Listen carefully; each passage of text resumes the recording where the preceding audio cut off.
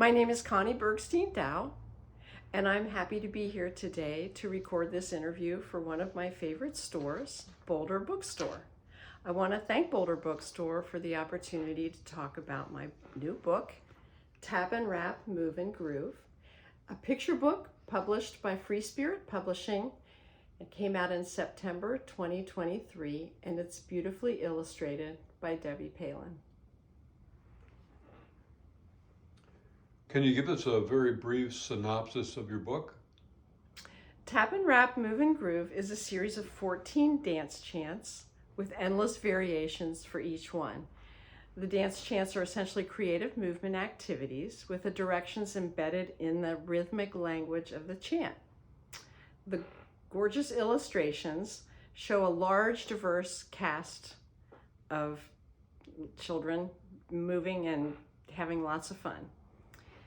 Children love to move, and the variety of playful activities ignite their imaginations and also reinforce early literacy skills and encourage self-expression through movement.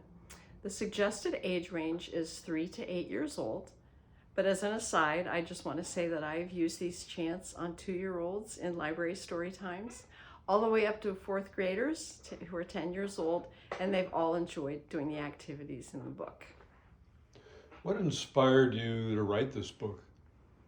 I was inspired to become a writer after teaching dance to young children for many years. I wanted to capture some of my ideas and pass them along to other teachers. That led to my first 2 books for teachers published by Red Leaf Press, and they were basically ideas for bringing movement to teach different subjects in the classroom. I also began writing verses, and always about movement, that have been published in highlights in baby book magazines. I've often used picture books in my dance classes for young children, as they provide endless ideas for movement, such as retelling the story with music and dance. I decided I wanted to write my own picture books for that age group, and that led to my first picture book, From A to Z with Energy, also published by Free Spirit Publishing in 2019. In discussing some more ideas for a future picture book with publisher Kira Ostendorf, she suggested the idea of dance chants, and it was kind of a new idea for me, and I was excited about it, so I wanted to give it a try. They address important social emotional skills, and they address things like personal versus shared space, goal-directed behavior, self-management, and many other important concepts for children. Did you dance a lot when you were a kid? I started taking dance classes when I was very young, and I've been dancing basically ever since.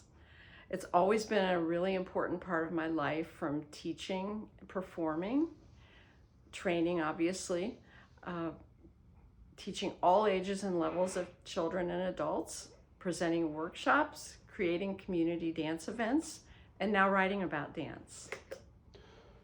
How did you decide what movements you wanted to incorporate into this book?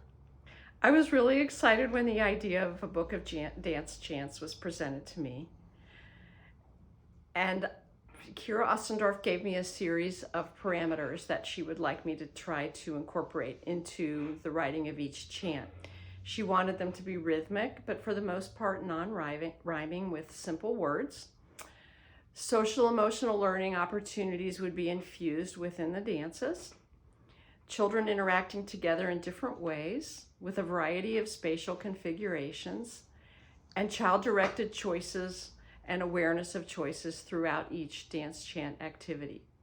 I wrote many dance chants, and 14 made it into the book. So how did I decide what movements to include and how to structure a chant?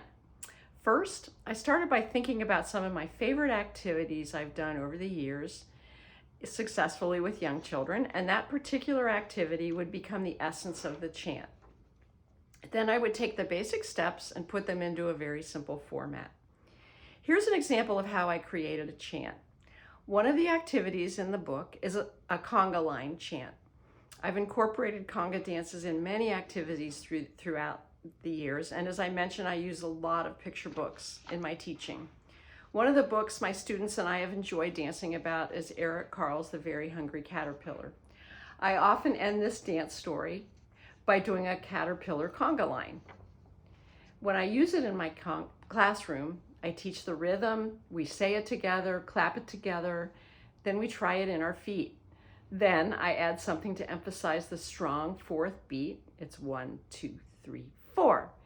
I use a stomp, a small kick, a toe touch, a shout, or lifting arms with or without a prop. We try it moving freely around the room. And then eventually, once they've got the hang of it, we try it in a line. And I'll lead the line first, and we'll try it slowly, and then we'll build the tempo, and often I let the children take turn being the leader. So I took all of these steps and broke them down and put it into a catchy rhythmic format. And here is the finished chant, again, beautifully illustrated by Debbie Palin.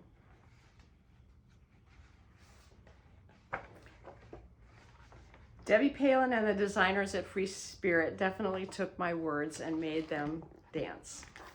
This is the conga line chant.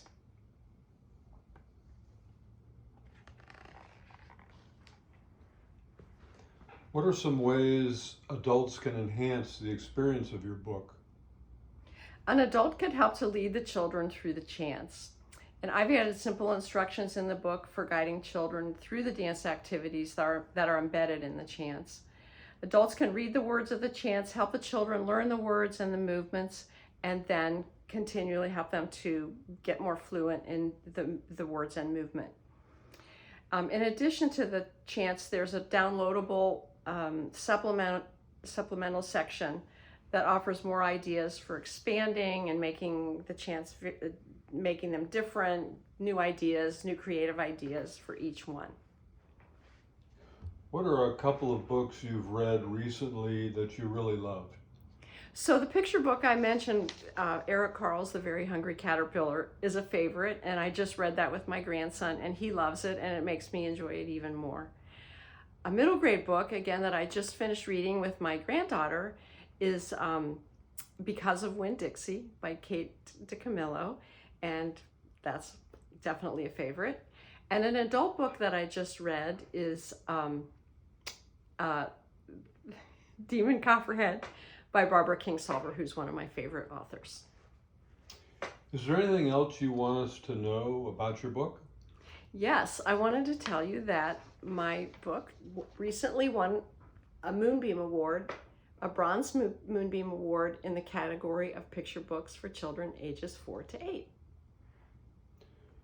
Can you read us a short passage from your book and maybe show us some of the illustrations? Absolutely. I'm going to read Lively Feet, which is the first chant in the book, and it just jumps right in and it helps children to learn and practice their large motor skills. Lively feet. Do your feet feel lively? It's time for some fun.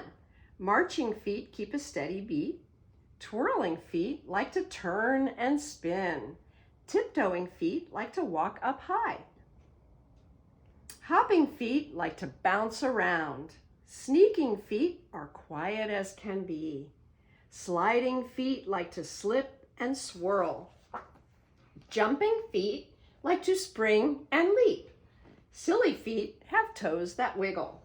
Prancing feet proudly point and strut.